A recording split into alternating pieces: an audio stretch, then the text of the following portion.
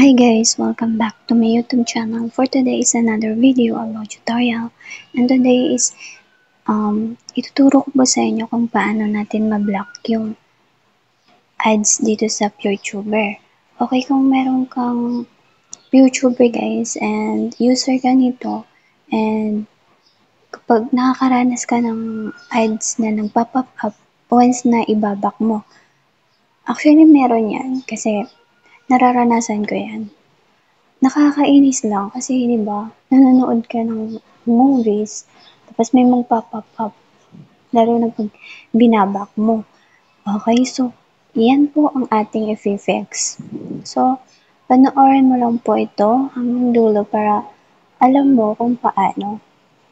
Ang gagawin mo guys is punta kayo sa Play Store and then you can install this application pop-up and detector blocker, okay? So, ito po yun. Yan po yung hanapin ninyo. Kung na-install nyo na yung application, okay, proceed tayo dito sa application na ito. And then, i-click mo yung ito. Click mo siya. I-on lang po natin. Ayan. Ayan, i-on po natin yan. And, syempre, allow. Okay, na-open na guys. So, back tayo and then click arrow. Okay, allowed lang po natin ito guys para ma-open natin yung app na to.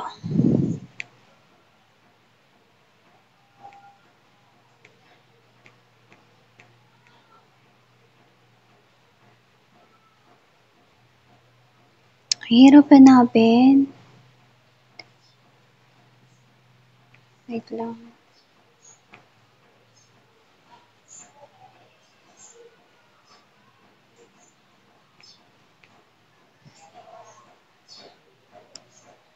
Ito. And then, on natin to guys. And back tayo dun sa mismong app. Okay? Pwede na siya guys. As you can see, nagagamit na natin siya. And once na nagamit na natin siya, punta lang po tayo sa PureTuber. Okay, as you can see, nagbabago siya once na nag-click tayo sa mismong application. So, ayan. Kapag ginamit nyo po itong application na ito, 100% guys, hindi na siya lalabas yung apps na nagpa-pop up mismo sa PureTuber ninyo. Like for example, mag-click kayo ng ganito. And Welcome. example, nag-aano kayo dito, nanonood, and then magbaba kayo, di ba? Yun, dun na nagpa-pop up yung ads. So, once na ginamit nyo po itong application na ito, ayan, ito po siya, ayan.